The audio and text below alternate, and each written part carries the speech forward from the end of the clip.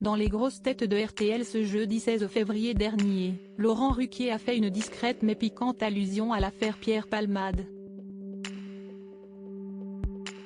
Cela fait maintenant 10 jours que Pierre Palmade est au cœur de l'actualité, après avoir provoqué un accident de voiture survenu en Seine-et-Marne alors qu'il conduisait sous l'emprise de la cocaïne. D'abord placé en garde à vue puis présenté à un juge d'instruction, l'humoriste de 54 ans a été mis en examen pour homicide involontaire ce vendredi 17 février et transféré avec un bracelet électronique à l'hôpital Paul Brousse de Villejuif dans le Val-de-Marne. Laurent Ruquier silencieux sur l'affaire Palmade dans les grosses têtes sur RTL le 16 février dernier, veille de la mise en examen de l'humoriste, le journaliste Christophe Barbier, nouveau chroniqueur de l'émission, proposait lors du jeu des fake news une fausse affirmation sur l'ancien chef de gouvernement italien, Silvio Berlusconi qui a été acquitté mercredi 15 février par le tribunal de Milan dans la sordide affaire de ses soirées dites Bunga Bunga. Il y a eu en Italie le procès des soirées Bunga Bunga. Vous savez, ces orgies organisées par Silvio Berlusconi. Il a été relaxé à ce procès.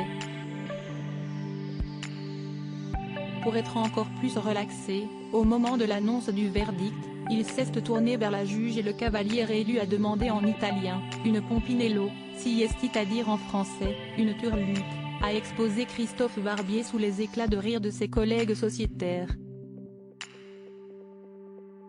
Tant qu'on ne conduit pas une question bilingue et très grivoise, style auquel les auditeurs des grosses têtes sont habitués, mais qui a inspiré une blague assez osée à Laurent Ruquier.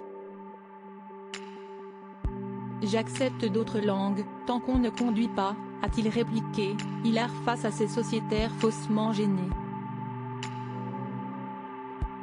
Si est-il la seule allusion de l'animateur aux faits divers tragiques impliquant celui qu'il côtoie habituellement dans son émission sur RTL ou sur différents plateaux télé. Il avait par exemple reçu Pierre Palmade sur le plateau d'On n'est pas couché en mai 2019 pour la promotion de son livre « Dites à mon père que je suis célèbre ». Conscient de son addiction, l'ex-mari de Véronique Sanson avait déclaré « Je ne prendrai plus jamais de drogue de ma vie, je le pense profondément et j'y crois ». À lire aussi, il essaye d'en sortir. François Rollin revient sur les nombreuses addictions de son ami Pierre Palmade.